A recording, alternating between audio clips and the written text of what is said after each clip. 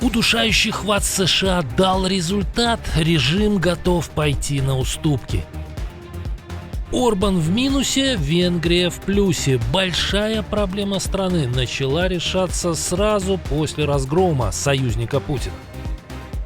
Неожиданные оппоненты Кремля. Десяткам миллионов россиян о реальных проблемах рассказали те, кто раньше молчал. Господа, к нам едет прокурор. Друг Путина отправится в тюрьму. Громкое расследование.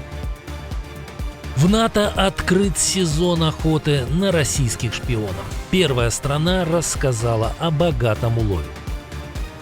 Новая веха в истории. Женщины пробили и этот стеклянный потолок.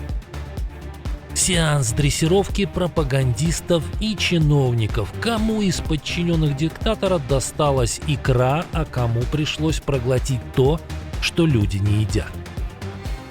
Путин внезапно решил сдать назад. Падение рейтингов и конфликт внутри элит заставили его пойти на этот шаг. Об этих и других событиях к утру среды 15 апреля. Факты, которые имеют значение. Новости Нехта. Коротко и по делу.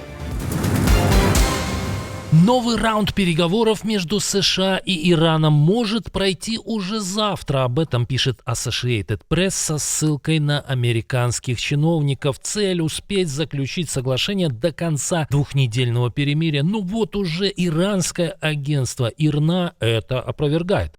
В ответ на заявление некоторых пакистанских источников или западных СМИ о проведении следующего раунда переговоров в Исламабаде, дипломатический источник заявил, что пока нет информации о договоренности о проведении переговоров в Исламабаде или в любом другом формате. В то же время агентство Bloomberg сообщает, что режим сам опасается срыва переговоров и даже рассматривает приостановку блокады Ормузского пролива, чтобы этого избежать. Кто-то здесь немножечко привирает, как вам кажется? Не прошло и пару дней после проигрыша Виктора Орбана, и вдруг стало возможно близкое решение важного для Венгрии вопроса. Нефть скоро снова пойдет в страну. Как заявил Владимир Зеленский, восстановление нефтепровода «Дружба» идет полным ходом. По словам президента Украины, транзит в Європу восстановят уже в ближайшие недели. До кінця квітня. Ми дуже віримо, що це буде співпадати з іншими обов'язками країн Європейського Союзу, передусім Угорщини, які блокували ті чи інші важливі для нас рішення. Я впевнений, що ми будемо співпрацювати з Угорщиною. Орбан уходит, дружба возвращается. Символично, не правда ли? Блогеры ополчились на Путина. На этот раз с обращением к руководителю России обратилась ранее аполитичная Виктория Боня. Бывшая участница проекта «Дом-2» опубликовала 18-минутный ролик в своем профиле в Инстаграм с почти 13 миллионами подписчиков. Владимир Владимирович, вас боятся. Народ вас боится. Блогеры вас боятся. Артисты боятся. Губернаторы вас боятся. А вы президент нашей страны. Мне кажется, мы не должны бояться. Поэтому между обществом и президентом выросла толстая стена.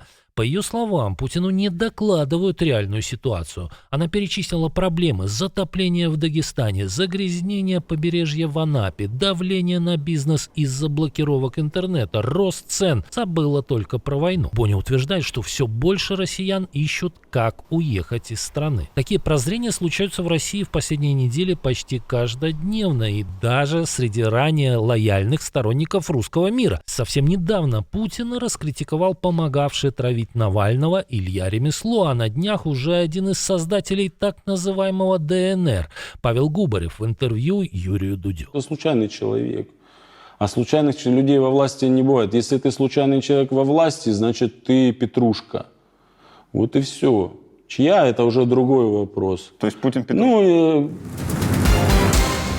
В ЕС хотят воспользоваться поражением Виктора Орбана. Урсула фон дер Ляйен предложила употребить положительный импульс от результата венгерских выборов. Глава Европейской комиссии предложила отказаться от главного тормоза в принятии решений в ЕС – права вето во внешней политике. Переход к голосованию квалифицированным большинством в сфере внешней политики – важный способ избежать системных препятствий, как мы видели в прошлом. Фон дер Ляйен говорит прямо, момент нельзя упустить. По ее словам, Венгрия возвращается в Европу, а ЕС становится сильнее и сплоченнее. Это сигнал, эпоха блокировок и саботажа решений может закончиться. Но все не так просто. Чтобы отменить вето, нужно согласие самих стран, а это значит жесткая борьба впереди. Многие не захотят отдавать контроль над внешней политикой, который годами был их главным рычагом влияния. Россия продолжает бить по гражданским и ночью, и днем. Новый удар пришелся по Днепру. В этот раз агрессор применил ракету. Погибли 5 человек, еще 25 получили ранения. Многие находятся в тяжелом состоянии. Кроме того, поврежден объект инфраструктуры. Тучи сгущаются над старым приятелем Путина. Новое заявление победителя венгерских выборов не сулят ничего хорошего Виктору Орбану.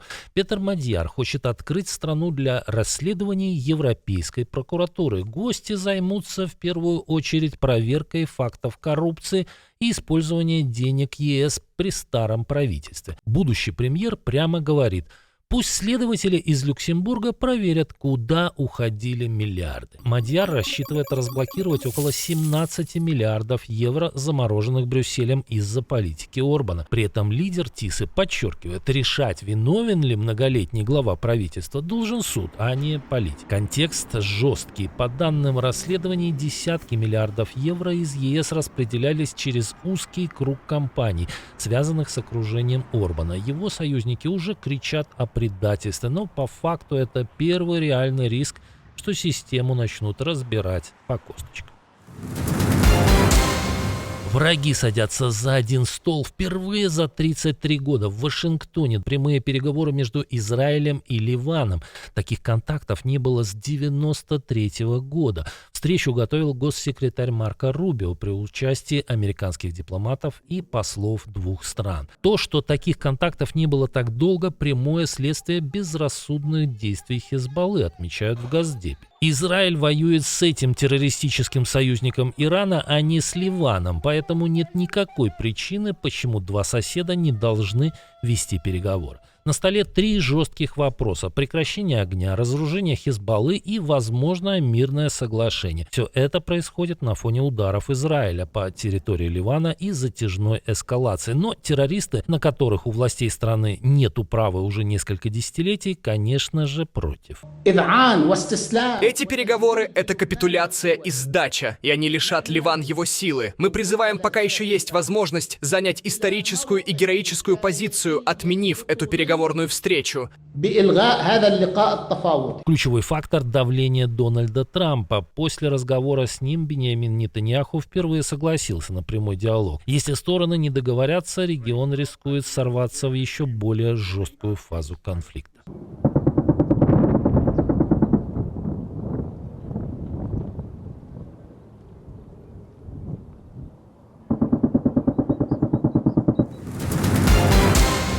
В одной из стран НАТО начался настоящий сезон охоты на шпионов. В Эстонии пойманы 16 человек, связанных с российскими спецслужбами. Об этом заявил глава полиции безопасности Марго Паллосон. По словам высокопоставленного силовика, большинство из задержанных работало на ФСБ, часть на военную разведку, более известную под старым названием ГРУ. Есть важный нюанс. Почти никто из пойманных не имел доступа к секретам или госструктурам. По словам Паллосона, всех накрыли на ранней стадии. Реального ущерба стране они не нанесли. Главный фронт сейчас не кабинеты, а соцсети. Именно там Россия пытается раскачивать ситуацию. Пример — анонимные каналы с недавними призывами о создании Нарвской Народной Республики.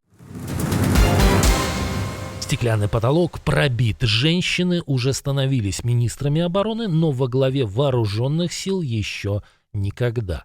Первой переписала правила Австралия. Генерал-лейтенант Сьюзен Койл станет первой женщиной в истории нашей страны, которая будет командовать австралийской армией. Министр обороны страны назвал это важным историческим моментом. Достижение Сьюзен будет иметь огромное значение для женщин, которые сегодня служат в силах обороны Австралии, и для женщин, которые думают о службе в силах обороны Австралии в будущем. Это назначение – часть большой реформы в армии. Власти хотят увеличить долю женщин. Сейчас их около 21%, цель – 25% к 2030 году. Это на загнивающем и бездуховном Западе журналисты задают неудобные вопросы руководителям. У постсоветских диктаторов пропагандисты буквально едят с рук. Где это тур? В Беларуси не только креветки, но и икра. Конечно, самое вкусное. Вот ты попробуй. Ага, спасибо. Чтобы лично на всю рассказывал. Севший на диету Лукашенко иронизировал, а подчиненные поддакивали и подпевали. Ну как она? Хорошо. Ел с президентом икру ложками. Своих карманных журналистов несменяемый руководитель кормил икрой, а вот один из местных начальников в запале принялся есть корм для рыб. Чего только не сделаешь, чтобы угодить вождю. Я не буду скрывать, вот даже так для демонстрации, вот, даже съем сейчас. Не надо есть. Ну, один съем. Что не хватало? Карпом станет. Шулейка, давай пусть шулейка. Вот он один показ пишет, то, что съел. Но неизвестно, может карпом, а может и раком.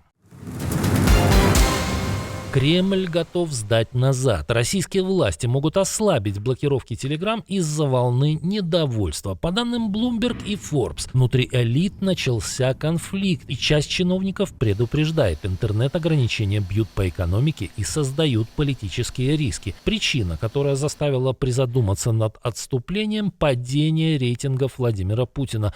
И он уже ниже 30%, а до очередных выборов в Думу и губернаторов осталось всего полгода. Кто смог прорвать американскую блокаду Ормузского пролива? Кому Иран выставил астрономический счет? Какая страна испытывает оружие на живых россиянах? И кому Турция пригрозила вводом войск? Где в Европе у Кремля появился новый союзник вместо Орбана? Об этом мы рассказывали в прошлом выпуске. Посмотрите, если еще не видели.